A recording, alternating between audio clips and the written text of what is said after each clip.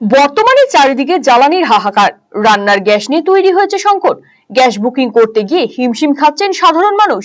এমন পরিস্থিতিতে অবিশ্বাস্য একটি ঘটনা ঘটে গেল রায়গঞ্জের বুকে। বাড়িতে ঢুকে ফ্রি গ্যাসের প্রলোভন দেখিয়ে এক বৃদ্ধা মহিলার রান্নাঘর থেকে গ্যাসের সিলিন্ডার নিয়ে পালিয়ে গেল এক যুবক। বুধবার বিকেলে এই ঘটনাটি ঘটেছে রায়গঞ্জের সুভাষগঞ্জ এলাকায়। ওই এলাকার বাসিন্দা দীপালি সরকার জানিয়েছেন, বুধবার বিকেলে বাড়িতে অপর এক মহিলার সঙ্গে বসে গল্প করছিলেন তিনি। সেই সময় অপরিচিত এক যুবক বাড়িতে ঢুকে তাকে জানান তার নামে ফ্রি গ্যাস এসেছে। প্রথম দিকে দীপালি দেবী ফ্রি গ্যাস গ্রহণ করতে সম্মত হননি। এরই মধ্যে অভিযুক্ত ওই যুবক দীপালি দেবীর কাছ থেকে তার বিভিন্ন তথ্য জানতে চান, বাড়ি বাড়ি তাকে প্রলোভন দেখান। অবশেষে সেই প্রলোভনে পা দিয়ে ফেলেন দীপালি সরকার। অপরিচিত ওই যুবক রান্নাঘরে গিয়ে ব্যবহৃত গ্যাসের সিলিন্ডারটি খোলেন। দীপালি দেবীকে ভোটের কার্ড আনতে বলেন তিনি। দীপালি সরকার পাশের ঘরে ভোটার কার্ড আনতে গেলে এই সুযোগে রান্নাঘর থেকে ব্যবহৃত গ্যাসের সিলিন্ডারটি নিয়ে চম্পট দেয় অভিযুক্ত। তারপরে বলল কি আপনার নামে গ্যাস আসছে, ফ্রি গ্যাস, গ্যাসটা তো নিতে হবে। তখন আমি বললাম কি আমার তো গ্যাস আছে ঘরে, এখন গ্যাস নিব না। বলে কি ফ্রি গ্যাস আসছে, নিবেন না? হ্যাঁ, সবাই নেয়, তাহলে আপনি নিবেন না, এই কথা বললো। তখন বললো কি আপনি কি গ্যাস? আমি বললাম কি যে ভারত না ইন্ডিয়া, আমি তো বলতেও পারবো না, ইংলিশে লেখা। তা দেখেন। উনি বললো দেখাও দেখাও। তারপরে ঘরে গেল, রান্নাঘরে গেল, আমিও রান্নাঘরে গেলাম। তারপরে ফট করে গ্যাস সিলিন্ডারটা খুলে ফেলাইলো, খুলে ঠাস করে রেগুলেটরটা ফেলাইলো। আমি আবার ওনাকে ধমক দিলাম, আপনি এত জোরে রেগুলেটরটা ফেলাইলেন, এটা নষ্ট হয়ে যাবে না? হ্যাঁ, আমি বলছি কি আমি গ্যাস নিব না, আপনি চলে যান। তারপরে বলে কি তাহলে ঠিক আছে, আমি গ্যাস বিক্রি করে টাকা নিয়ে নিব। তারপরে বলে আমি বললাম কি গ্যাসটা আপনি কবে দিবেন? বলে কি এখনই দিব। আমি যে গ্যাস আনছেন? বলে কি হ্যাঁ আনছি।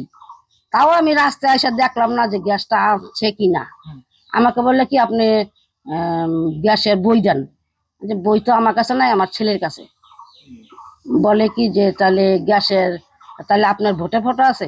যে হ্যাঁ আছে। তারপরে কি ভোটের ফটোটা আনেন।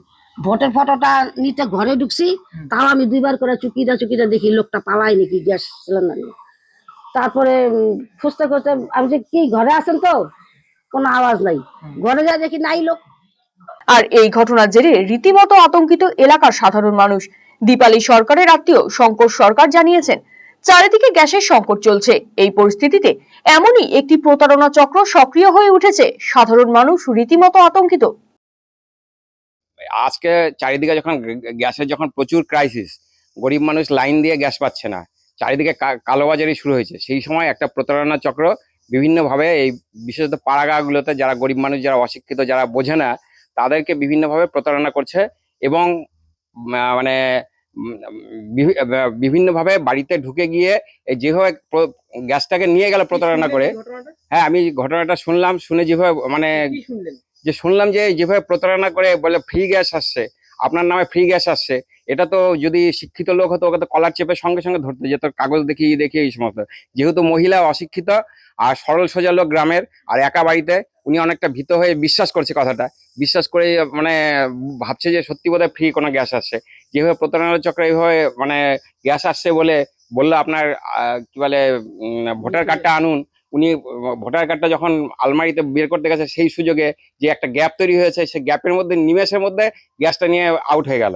এই শুধু এটা না, এলাকার মানুষ খুব আতঙ্কিত এবং অবিশ্বাস্য ঘটনা, মানে বিশ্বাসই হচ্ছে না যে এই ধরনের কোনো ঘটনা ঘটতে পারে।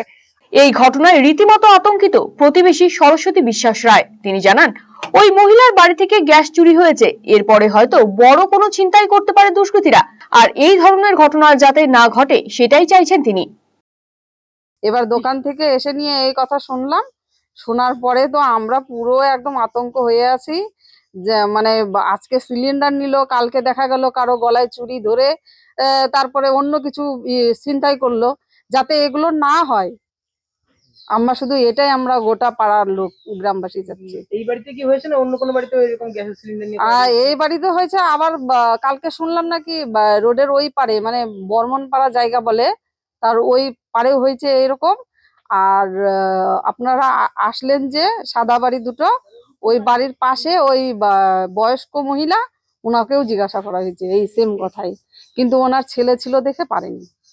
কি চাচ্ছেন এই ধরনের ঘটনা তো মানে দিন দিন যাতে না মানে আমাদের পাড়াটায় যেন না হয় বা অন্য পাড়াতেও যেন না হয় ভয় করছে। এই ধরনের। হ্যাঁ, আমরা খুব মানে ভয়ে আছি এগুলোতে। এই ঘটনার পরিপ্রেক্ষিতে পুলিশকে অভিযোগ জানানো হয়েছে। গোটা ঘটনা তদন্ত শুরু করেছে রায়গঞ্জ থানার পুলিশ।